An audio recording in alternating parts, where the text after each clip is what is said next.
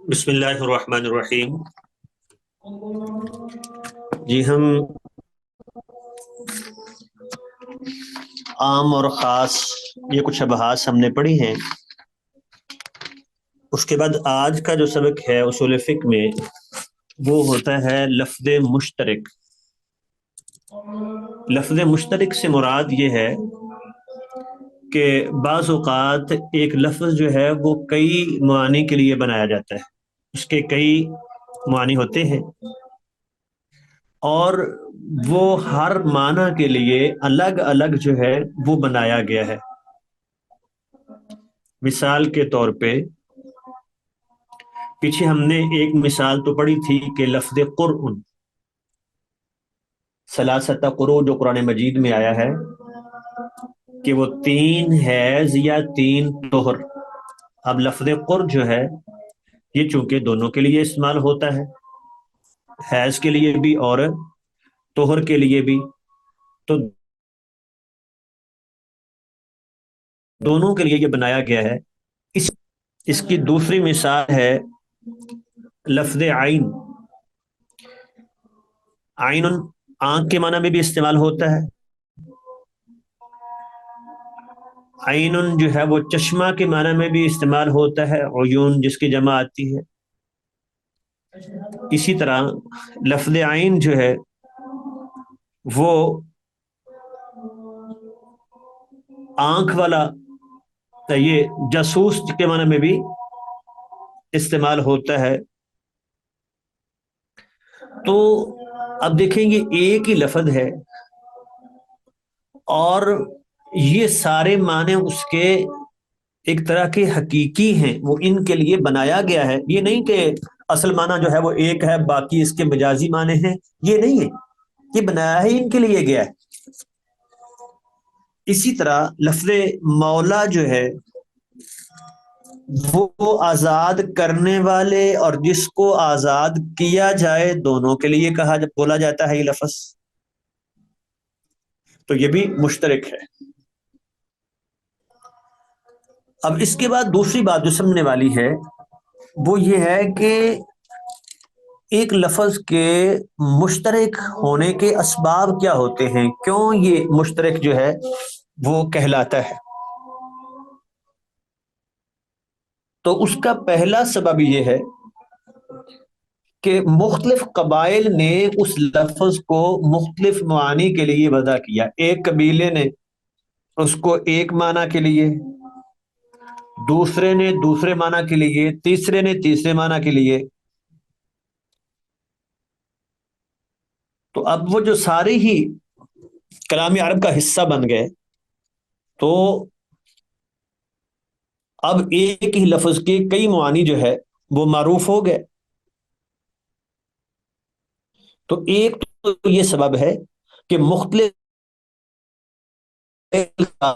لفظ کو مختلف معانی کے لیے بنانا۔ دوسرا سبب اس کا یہ ہے کہ لفظ کا معنی تو ایک ہی تھا، وہ اصل بنایا تو ایک معنی کے لیے گیا تھا، لیکن اس کا استعمال مجازن کسی اور پر بھی ہونے لگا۔ وہ اس کا اصلی معنی نہیں تھا، وہ مجازی معنی تھا، لیکن مجازی معنی میں اس کا استعمال اتنا معروف ہوا کہ وہ اس کی مجازی والی بات ختم ہو گئی اور وہ اس کے لیے جو ہے وہ یہ سمجھا جانے لگا کہ اس کا حقیقی معنی ہی یہ ہے۔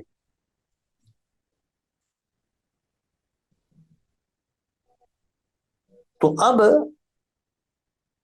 حالانکہ بنایا ایک معنی کے لیے گیا تھا، دوسرا معنی اس کا مجازی تھا، حقیقی معنی نہیں تھا، لیکن استعمال اتنا ہوا وہ اس معنی میں، مجازی معنی میں، کہ وہ بھی حقیقی کی طرح بن گیا۔ لوگ اس کی مجازی کی بات کو بھول گئے کہ وہ مجازی معنی تھا۔ تو اب معروف یہی ہو گیا کہ اس کے یہ دو معنی ہیں، وہ بھی ہے یہ بھی ہے۔ اور تیسرا سبب یہ ہے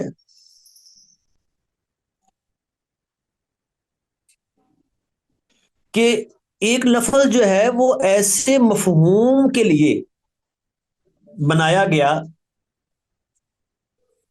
کہ وہ مفہوم کئی چیزوں میں پایا جاتا تھا تو کئی چیزوں میں بھی وہ استعمال ہونے لگا. مثال کے طور پہ لفظ قرعن جو ہے نا، اس کا جو اصل جس کے لیے یہ بنایا گیا ہے نا، وہ ہوتا ہے کہ ایک معین کام کا عادتن ہونا بار بار. تو اب چونکہ یہ حیض یہ معین ایک عمل ہے جو عورتوں کے ساتھ بار بار پیش آتا ہے، تو حیض کے لیے بھی اس کو بولا گیا. اسی طرح جب حیض ختم ہوتا ہے تو یہی معین طہر وہ بار بار آتا ہے، تو اس کے لیے بھی اس کو بولا گیا. یعنی دونوں پر اس کا اطلاق درست تھا، کیونکہ اصل تو وہ بنایا گیا تھا کہ وہ معین کام جو عادتن جو ہے وہ بار بار ہوتا ہے. تو اسی وجہ سے وہ لفظ جو ہے وہ حیض اور طہر دونوں پر بولا جانے لگا، اور اس کا وہ بولنا ٹھیک تھا، دونوں اس میں آتے تھے، اور وہ دونوں ہی اتنے معروف ہوئے گویا کہ وہ اس کے اصل معنی بن گئے. تو اس لیے لغت میں ہمیں ملا کہ اس کے یہ دو معنی ہیں. اسی طرح نکاح لفظ جو ہے اس کا اصل معنی زم، ملانا. اس کا اصل معنی تو یہ تھا، اور یہ لفظ جو ہے وہ نکاح کے لیے بھی بولا جانے لگا، کیونکہ اس میں ایجاب و قبول کے الفاظ کو ملایا جاتا ہے نا. ایک طرف سے ایجاب ہوتا ہے، دوسری طرف سے قبول ہوتا ہے، تو ان الفاظ کو ملایا جاتا ہے، اس لیے اس نکاح کے لیے بھی لفظ بولا جانے لگا. اور یہی لفظ جو ہے نکاح کا وہ وطی کے لیے بھی بولا جاتا ہے، کیونکہ اس میں بھی وہ ملنا ہوتا ہے. تو اب معروف یہ ہو گیا کہ یہ عقد کے لیے بھی بولا جاتا ہے، عقد نکاح کے لیے، اور وطی پر بھی بولا جاتا ہے، حالانکہ اس کا اصل اس کی جو وجہ تھی وہ وہ تھا ملانا. تو چونکہ دونوں میں یہ مفہوم موجود تھا، دونوں پر اس کا اطلاق ہوا، اور معروف یہ ہو گیا کہ یہ دونوں پر اس کی جو ہے وہ اطلاق اس کا وہ اصل اس کا معنی ہے، تو اس لیے وہ لفظ مشترک نظر آنے لگا. چوتھی وجہ یہ ہوتی ہے کہ کسی لفظ کا ایک تو لغوی معنی تھا، پھر وہ اصطلاحی معنی میں بھی استعمال ہونے لگا. تو وہ اصطلاحی معنی وہ معروف ہو گئے. جی ہم پڑھ رہے تھے کہ یہ ایک لفظ کے مشترک ہونے کے اسباب کیا ہوتے ہیں، تو اس کے ہم نے یہ مختلف اسباب پڑھ لیے ہیں، جن میں سے آخری یہ تھا کہ ایک لفظ کا لغوی معنی ہوتا ہے، ایک اس کا اصطلاحی معنی معروف ہو جاتا ہے. تو اس طرح سمجھ لیا گیا کہ اس کے دونوں معنی ہیں، حالانکہ اس کا ایک معنی ہے اور دوسرا اصطلاحی. اب اس کے بعد ہے مشترک کا حکم کیا ہے. تو اگر تو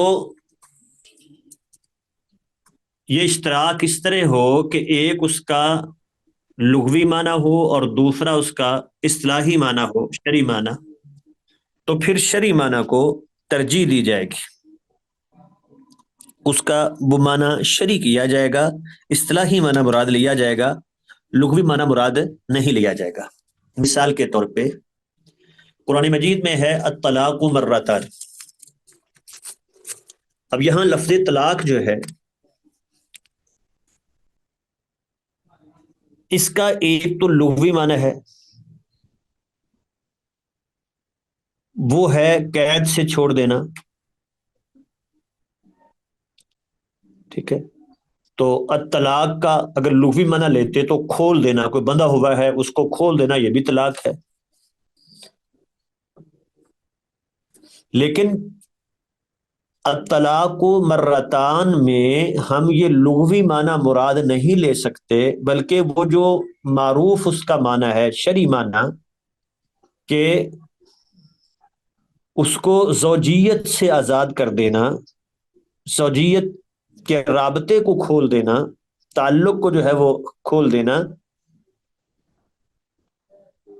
یا یوں کہیں کہ عقد نکاح کی گرہ کو وہ کھول دینا، یہ معنی مراد لیں گے ہم، اس کا وہ لغوی معنی مراد نہیں لیں گے۔ یہ تو اس وقت ہے جب ایک معنی لغوی ہو اور دوسرا اصطلاحی ہو۔ اگر یہ مسئلہ نہ ہو، یہ صورت نہ ہو لغوی اور اصطلاحی کی، دونوں ہی اس کے معنی جو ہے وہ معروف ہیں اور اصطلاحی ہی جو ہے وہ کہلاتے ہیں، پھر کرینے کے ساتھ کوئی نہ کوئی کرینہ ڈھونڈا جاتا ہے کہ یہاں کون سا معنی مراد لینا ہے۔ اس کی مثال دوبارہ وہی والمطلقات یتربصن بانفسہن ثلاثۃ قروء، وہی تین ہے قروء والی مثال ہم یہ پڑھ چکے ہیں کہ لفظ قروء حیض اور طہر دونوں کے لیے استعمال ہوتا ہے۔ اب ہم یہ بھی نہیں کہہ سکتے کہ اس کا لغوی معنی حیض ہے اصطلاحی معنی طہر ہے، یا لغوی معنی طہر ہے اصطلاحی معنی حیض ہے، یہ نہیں کہہ سکتے۔ تو پھر فقہا کیا کریں گے، وہ کوئی کرینہ ڈھونڈیں گے کہ یہاں کون سا معنی ہے۔ اب جن لوگوں نے اس کا معنی طہر لیا، امام شافعی رحمۃ اللہ علیہ، انہوں نے کرینہ ڈھونڈا، دلیل ڈھونڈی کہ کیوں معنی ہم نے لیا ہے، تو انہوں نے کہا کہ دیکھیں لفظ ثلاثہ اس کا اصول یہ ہے کہ اس کی جو تمیز ہے 3 سے لے کے 10 تک جمع مجرور ہوتی ہے اور مخالف ہوتی ہے، یعنی اگر تمیز مذکر ہے تو پیچھے جو عدد ہے وہ تا کے ساتھ آئے گا، اور اگر وہ مونس ہے تو پیچھے جو عدد ہے وہ بغیر تا کے آئے گا۔ جیسے کہنا نا 3 آدمی تو کہتے ہیں ثلاثۃ رجال، اور 3 عورتیں ہیں تو ثلاث نسوۃ، یعنی مونس کے لیے عدد پیچھے بغیر تا کے اور مذکر کے لیے تا کے ساتھ۔ تو کہتے ہیں دیکھیں یہاں قرآن میں عدد جو استعمال ہوا ہے وہ تا کے ساتھ ہوا ہے، جس کا مطلب ہے کہ آگے مذکر ہے مونس نہیں، معدود اس کا، تمیز اس کی وہ مونس ہے، تو وہ مذکر ہے، وہ طہر بنتا ہے۔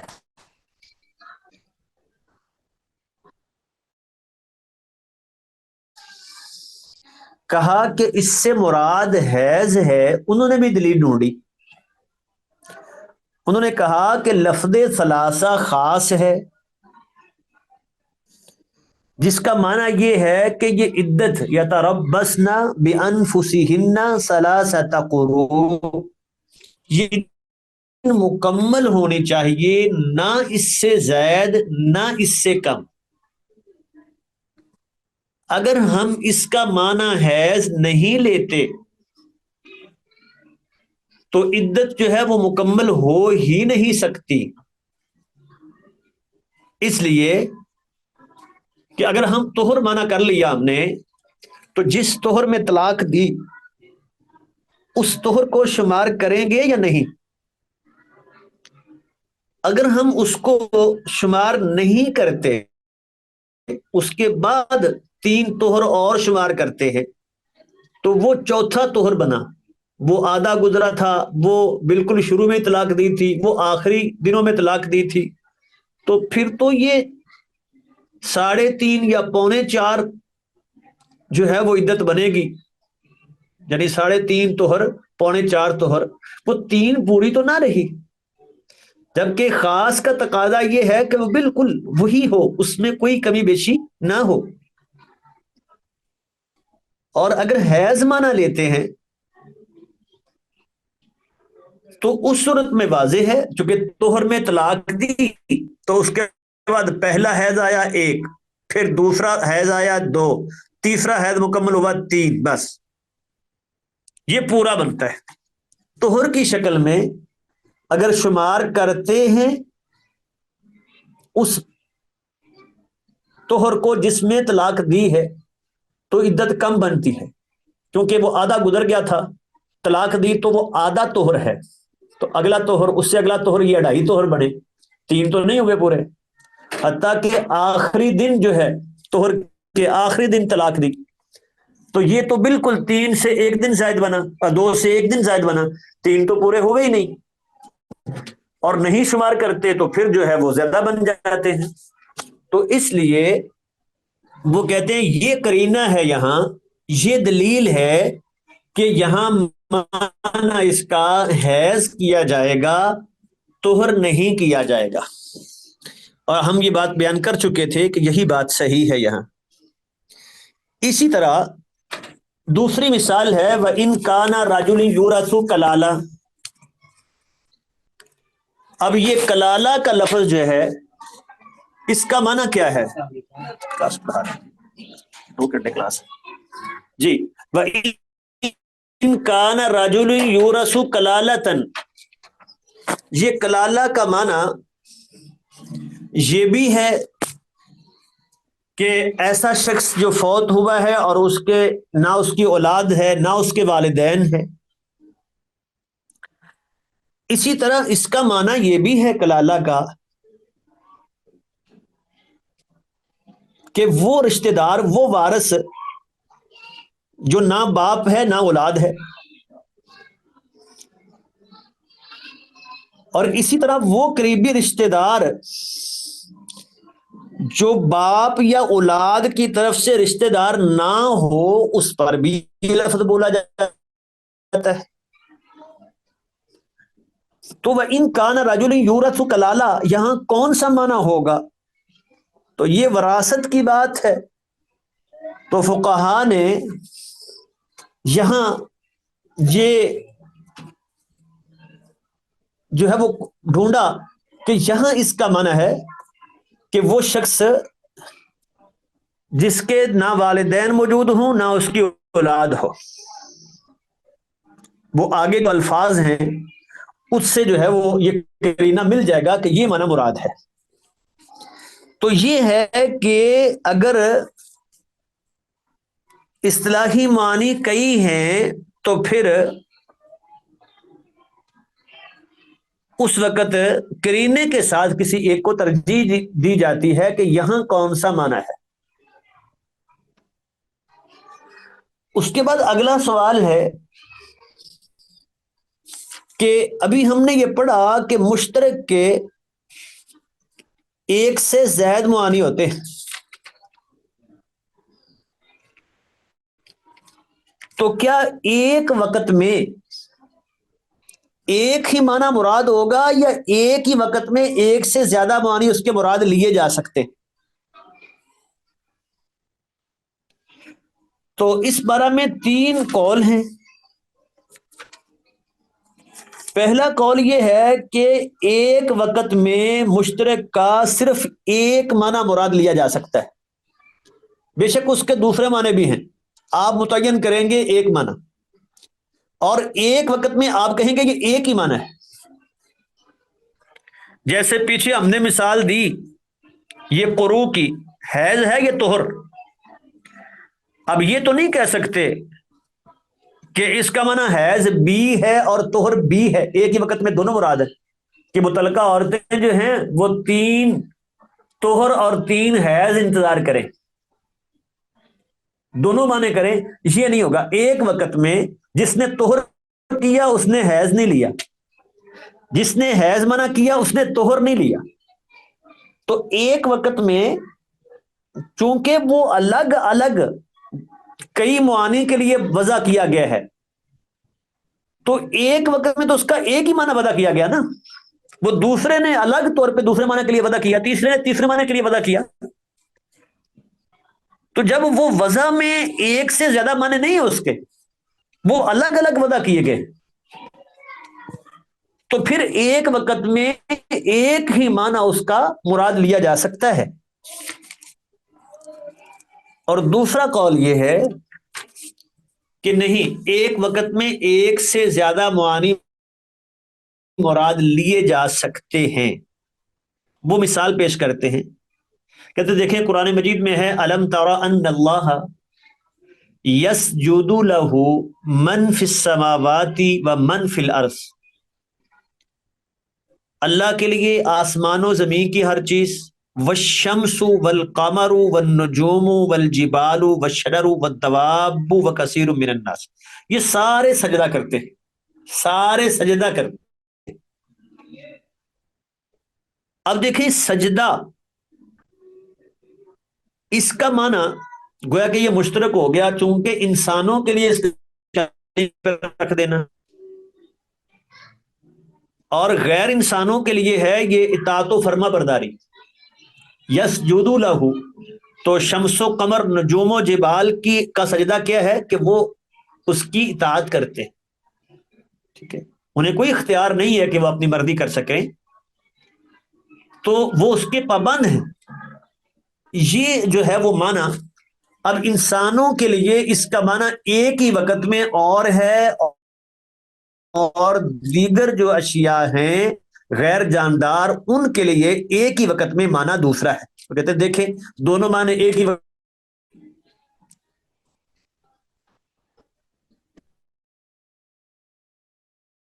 ہیں کہ ایک وقت میں ایک سے زیادہ معنی مراد لیا جا سکے. وہ کہتے ہیں کہ اصل میں سجدے کا معنی ہے کیا؟ انتہائی عاجزی اور فرما برداری. اور یہ عاجزی اور فرما برداری اختیاری ہو یا اجباری ہو، اس کے لیے سجدہ بولا جاتا ہے. اب وہ انسان کے لیے یہ اختیاری ہے کہ وہ اپنے پیشانی کو جھکاتا ہے، یہ اس کی صورت ہے. اور دوسروں کے لیے یہ فرما برداری جو ہے وہ اجباری ہے، جن اختیاری نہیں ہے. تو ایک ہی معنی ہے، دو معنی نہیں ہے. انتہائی عاجزی اور فرما برداری ہے، اس کا اظہار وہاں سجدے کی شکل میں ہے، اور یہاں جو ہے وہ اجباری طور پہ فرما برداری کی شکل میں ہے. اور تیسرا قول یہ ہے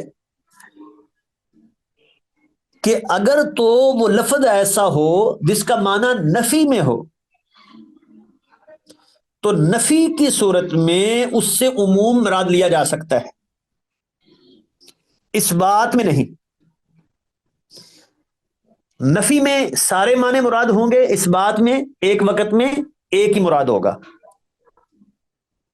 کہتے مثال یہ ہے کہ ایک شخص نے قسم اٹھائی کہ میں اپنے مولا سے بات نہیں کروں گا.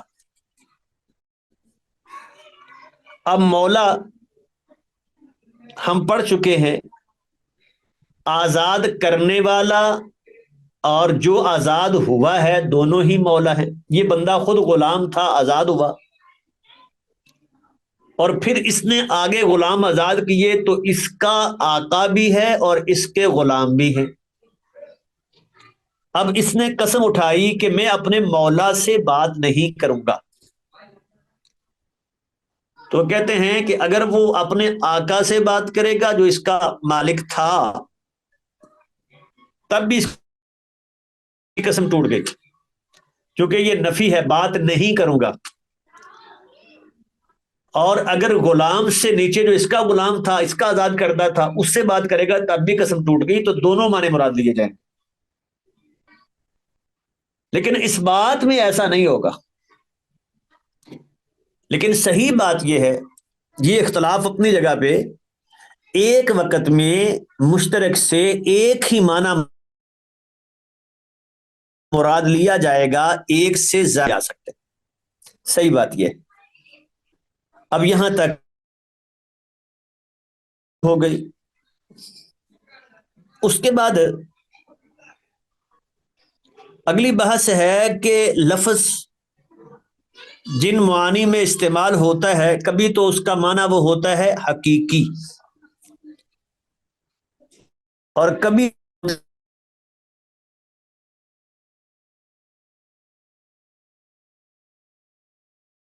کنایا کہتے ہیں. ٹھیک ہے. تو جس کے لیے بنایا گیا ہے وہ اس کے لیے استعمال ہو رہا ہے یا اس کے لیے استعمال نہیں ہو رہا. ایک لفظ ہے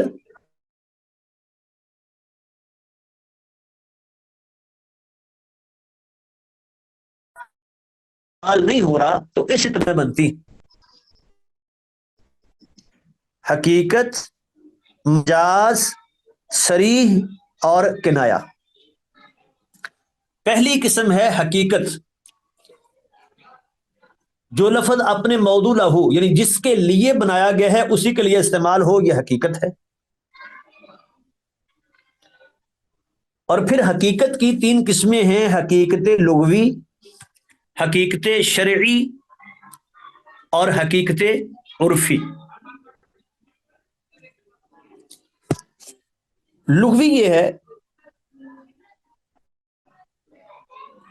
کہ وہ جس معنی کے لیے وضع کیا گیا اسی معنی میں استعمال ہو رہا ہے، حقیقت لغوی ہے. جیسے سورج ایک معنی کے لیے ہم کہتے ہیں سورج نکلا ہے، سورج کو لفظ سورج کو سورج کے لیے استعمال کر رہے ہیں، ستارے کو ستارے کے لیے ہی استعمال کر رہے ہیں. ٹھیک ہے. تو یہ اس کا حقیقی معنی ہے اور لغوی معنی ہے. حقیقت شرعی یہ ہے کہ لغوی معنی اس کا جو بھی ہے وہ شرعی اصطلاح میں جس معنی کے لیے استعمال ہو رہا ہے. اب اس کا لغوی معنی تو دعا کرنا بھی ہے، لیکن اقیم الصلاح میں جو ہے وہ جب بھی لفظ صلاح ہم بولتے ہیں پڑھتے ہیں جاتا ہے وہ شرعی معنی ذہن میں آتا ہے، لغوی نہیں. نماز کی ادائیگی یہ اس میں استعمال ہو رہا ہے. لفظ حج جو ہے وہ خاص عمل کے لیے استعمال ہو رہا ہے. زکوٰۃ کا لفظ جو ہے اب اس کا معنی پاک کرنا. لغوی طور پہ ایک بندہ پیسوں کو دھو دے تو کہے میرے پیسے پاک ہو گئے، تو زکوٰۃ کا یہ معنی تو نہیں ہے، اس کا شرعی معنی ہے. اس میں سے مخصوص حصہ جو ہے وہ مخصوص لوگوں کو دینا، یہ اس کا شرعی معنی ہے. تو جب وہ شرعی معنی میں استعمال ہو رہا ہے یہ ہے شرعی، یہ اس کا حقیقی معنی بن گیا ہے اور حقیقت شرعی ہے. تیسری ہے حقیقت عرفی کہ اس سے مراد لیا جاتا ہے. بعض اوقات مخصوص لوگ اس الفاظ استعمال ان کے خاص شعبے میں استعمال ہوتے ہیں. ہم سادہ سی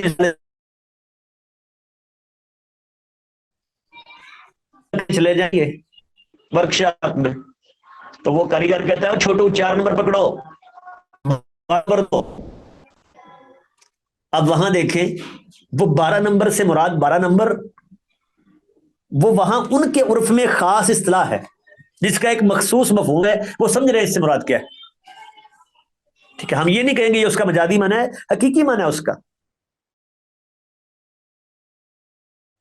جو ان کے ہاں. ایسے ہی لفظ دابہ جو ہے یہ چاروں والے جانور پر. ٹھیک ہے. تو اس کا یہ معنی یہ اس کا حقیقت عرفی ہے. اسی ہے کہ یہ جو عربی گرامر والے ہیں نا، نحو صرف والے، وہ کہتے ہیں رفع، اس کو رفع دے دو، ایک خاص مفہوم ہے ان کے ہاں عرف ہے. رفع سے مراد کیا ہے؟ ٹھیک ہے. نصب، جر. اب نصب کا معنی تو اور ہے، جر کا معنی تو کچھ اور ہے. کھینچنا بھی اس کا معنی ہے، جرہ یجر. تو بندہ کتاب کو پکڑ کے کھینچ دے تو کیا کہے گا میں نے یہ جر دے دی ہے؟ نہیں. وہ معنی جو ان کے عرف میں استعمال ہوتا ہے جب ہم وہ مراد لے رہے ہیں تو گویا کہ یہ حقیقت عرفی ہے. تو اب حقیقت کا ہو کیا ہے؟ تو جواب اس کا یہ ہے کہ اصل جو معنی ہوتا ہے وہ حقیقی ہی ہوتا ہے. اگر ایک لفظ ہے اس کا معنی ایک حقیقی ہے اور ایک اس کا مجازی ہے، اور وہاں کسی جگہ پہ دونوں معنی اس کے ہو سکتے ہیں، تو حقیقی معنی کو ترجیح ہوگی. جہاں حقیقی معنی مراد لیا جا سکتا ہو وہاں مجازی معنی وہ نہیں مراد لیں گے. مثال کے طور پہ ایک بندہ کہتا ہے کہ فلاں شخص کو نام لے کے زید کو 1,000 روپیہ دے دو.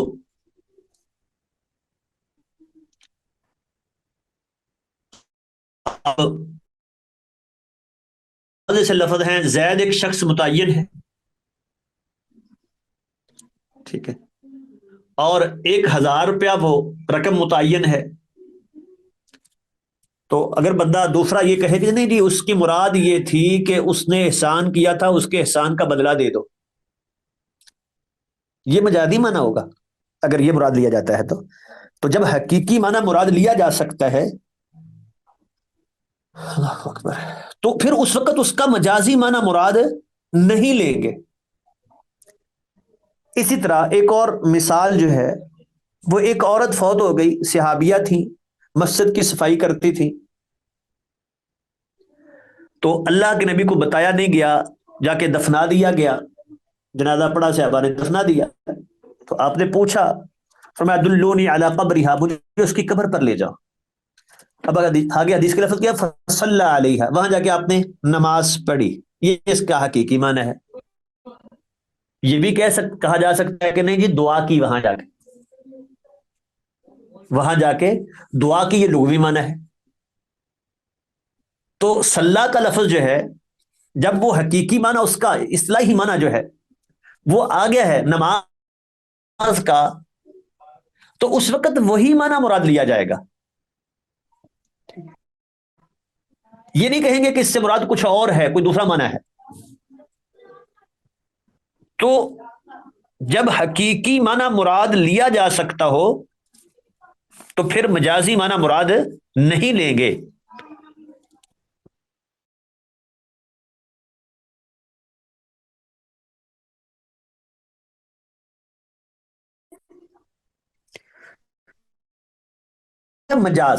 مجاز کہتے ہیں کہ وہ لفظ جس کے لیے بنایا گیا ہے اس کے لیے استعمال نہیں ہو رہا، جس معنی کے لیے اس کو وضع کیا گیا ہے وہ اس کے علاوہ کسی اور معنی میں استعمال ہو تو اس کو کہتے ہیں مجاز.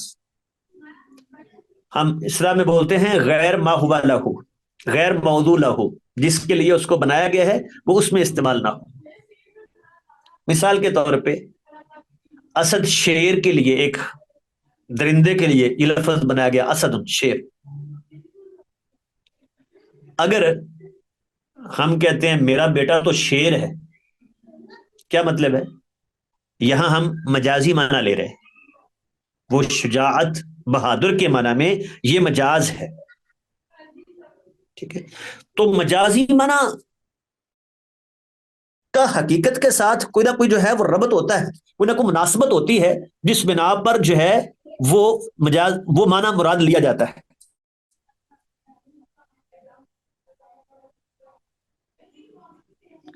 تو وہ جو مناسبت ہے یا وہ تعلق جو ہے اس کی کئی صورتیں ہیں، جن میں سے پہلی صورت یہ ہے مشابت.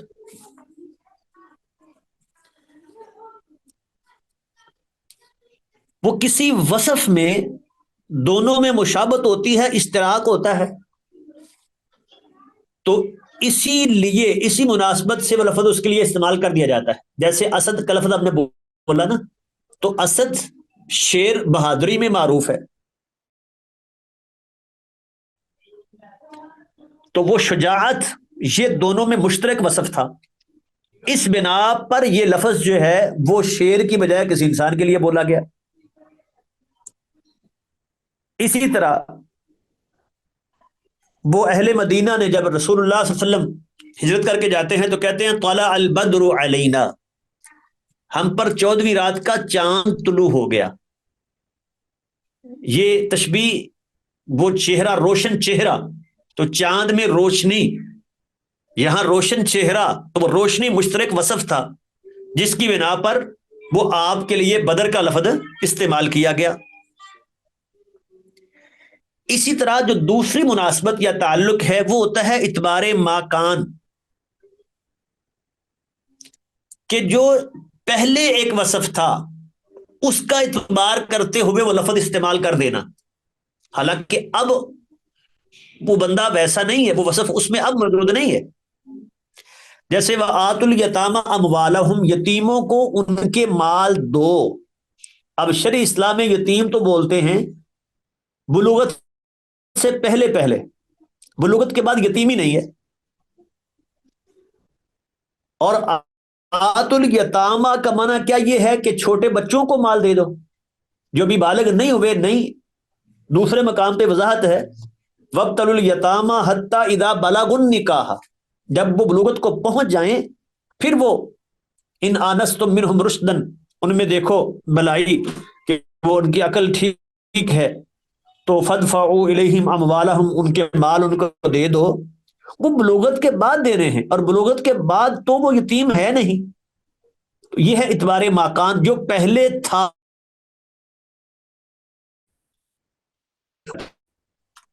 یا ہوتا ہے اعتبار ما یکون، جو آگے ہونا ہے. اب ایک بچہ جو ہے نا پہلے دن وہ مدرسے میں پڑھنے گیا، حفظ شروع کیا، ہم کہتے ہیں حافظ صاحب آ گئے جی. اب حافظ ہوا تو نہیں وہ، لیکن ہم نے جو اس کے لیے حافظ صاحب بولا یہ کیا اعتبار ما یکون، جو وہ ہو جائے گا.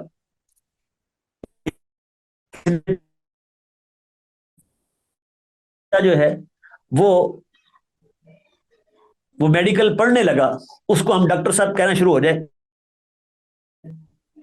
تو اعتبار ما یکون ہے کہ جو ہونا تھا وہ لفظ اس وقت سے پہلے استعمال کرنا. ایک مشابت یا تعلق یہ بھی ہوتا ہے.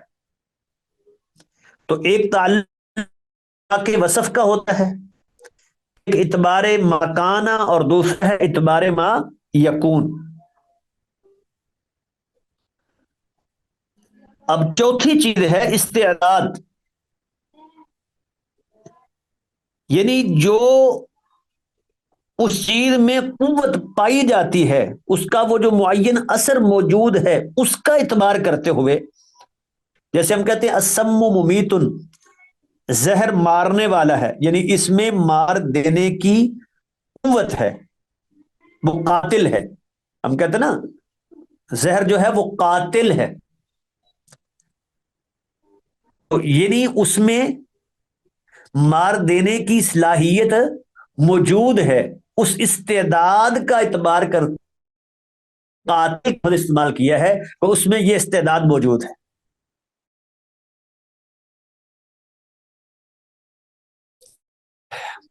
کبھی ہوتا ہے کہ محل بول کر حال ہے، جیسے قرآن مجید میں ہے وسأل القریہ، بستی سے پوچھو. بستی سے کیا پوچھنا ہے؟